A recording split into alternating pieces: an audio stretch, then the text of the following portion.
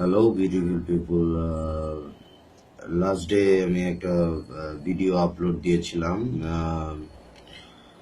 Actually অনেকে মনে করতে পারে যে আমি আসলে প্রাইভেসি মানে ফেমাস হওয়ার জন্য বা সামথিং লাইক এমন কিছুর জন্য ভিউয়ার্স অথবা ইয়ের জন্য আমি ভিডিও আপলোড দিচ্ছি। অ্যাকচুয়ালি এটা না।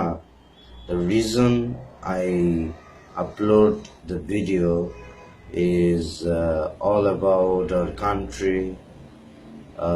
country's people, and also about the BPL that I mentioned the last video which I upload. Today I talk about various kinds of matters in our country. আমি last দিনে বলেছিলাম যে আমাদের দেশে বিপিএলটা সেভাবে জোরালোভাবে হচ্ছে না অ্যাকচুয়ালি আগের মতো। আগে অনেক স্টেডিয়ামে অনেক দর্শক থাকতো, বাট এখন কোনো দর্শক দেখা যাচ্ছে না, এত বেশি স্টেডিয়াম ফাঁকা থাকছে। ইভেন অনেকে হয়তো এই ডোমেস্টিক ম্যাচটা দেখছেই না। বাট আমি ওইদিন বলেছিলাম যে ইন্ডিয়ান প্রিমিয়ার লিগের দিকে তাকান একবার, আপনি দেখতে পাবেন যে সেখানে কি হচ্ছে আর আমাদের এখানে কি হচ্ছে। ওরা আমাদেরকে ইন্ডিয়ানরা আমাদেরকে বিভিন্নভাবে অলওয়েজ ক্রিটিসাইজ করে, বিভিন্নভাবে ক্রিকেটে স্পেশালি ক্রিকেটে ক্রিটিসাইজ করে। ওরা ওদেরকে মানে বিভিন্নভাবে বাংলাদেশি প্লেয়ার্সদেরকে, বাংলাদেশিদেরকে বিভিন্ন পেজে যদি আপনি যান, আনন্দবাজার পত্রিকা আছে, দেখা যায় যে ওরা বিভিন্নভাবে আমাদেরকে ইয়ে করে থাকে। তো ক্রিটিসাইজ করে থাকে অ্যাকচুয়ালি। তো এগুলো বন্ধ করার একটাই পথ আছে, যেটা আমি মনে করি পার্সোনালি, দ্যাট আই বিলিভ। সেটা হচ্ছে যে আপনাকে এবং আমাকে আমাদের টিমকে সাপোর্ট করতে হবে। আপনাদের এবং আমাকে একমত থাকতে হবে, ইউনিটিটা থাকতে হবে আমাদের সোসাইটিতে। আমাদের কান্ট্রি অনেক ডেভেলপ করেছে, বাট কোন দিকে ডেভেলপ করেছে জানেন? ডেভেলপ করেছে ওই দিকগুলোতে যেগুলোতে না করলেও চলতো।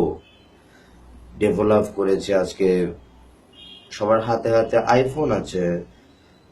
ডেভেলপ করেছে আজকে ডিজিটাল ওয়ার্ল্ডে প্রবেশ করেছে। এটা গুড, আমি এটাকে খারাপ হিসেবে নিচ্ছি না, but the most important thing is আমাদেরকে ডেভেলপ করতে হবে, আমাদের বিহেভিয়ারটাকে চেঞ্জ করতে হবে, আমাদের মেন্টালিটিটাকে চেঞ্জ করতে হবে, আমাদেরকে ব্রডলি থিঙ্ক করতে হবে, যেটা আমাদের থিঙ্ক করা উচিত।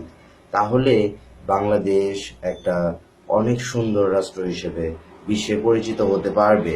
আপনারা অনেকেই হয়তো বা জানেন যে বাংলাদেশ নেভিতে বর্তমান 2 দিন আগে চীন থেকে 2টি সাবমেরিন সংযোজন করা হয়েছে। অ্যান্ড এটা কিন্তু আমাদের দেশের জন্য অনেক বড়, আমাদের দেশের জন্য আমাদের ন্যাশনাল সিকিউরিটির জন্য অনেক বড় একটা বিগ অ্যাচিভমেন্ট বলে মনে করি। তো আমি এগুলো বিষয়ে চলে যেতে চাচ্ছি না। আমি অ্যাকচুয়ালি যেসব বিষয়ে ফোকাস দিতে চাচ্ছি সেটা অ্যাকচুয়ালি হচ্ছে যে আমাদের বিপিএল চলছে এখন, চিটাগাংয়ে আছে, আজকে আবার স্টার্ট হচ্ছে। তো আমি সবাইকে রিকোয়েস্ট করব বিপিএল দেখার জন্য। কেন দেখার জন্য বলবো, আমি কিন্তু বিপিএল এর কোনো ইয়ে না, ব্র্যান্ড অ্যাম্বাসেডর বা অন্য কিছুই না, বা বিপিএল এর সাথে আমি cricket lover, I am just cricket lover, and আমি সব ক্রিকেট ম্যাচ দেখি। ইভেন আইপিএলও দেখি, আমি আইপিএল দেখতে কাউকে মানা করছি না, কিন্তু আমি জাস্ট এটা বলছি যে আমাদের স্টেডিয়ামে, আমাদের টিভি সেটে অন্যান্য ব্রাজিল আর্জেন্টিনার খেলা হইলে অথবা আপনার বাংলাদেশ ইন্ডিয়া পাকিস্তানের খেলা হইলে যতটা এক্সাইটমেন্টটা থাকে, ততটা এক্সাইটমেন্টটা এবার নেই। ফর এক্সাম্পল এনএসইউ ক্যান্টিনের এক্সাম্পল দিতে পারি আমি। বাংলাদেশ ন্যাশনাল টিমের খেলা হলে অথবা অন্য কোনো দেশের খেলা হলে অনেক এক্সাইটমেন্ট থাকে, বাট বিপিএল এ কোনো রকমেরই নাই।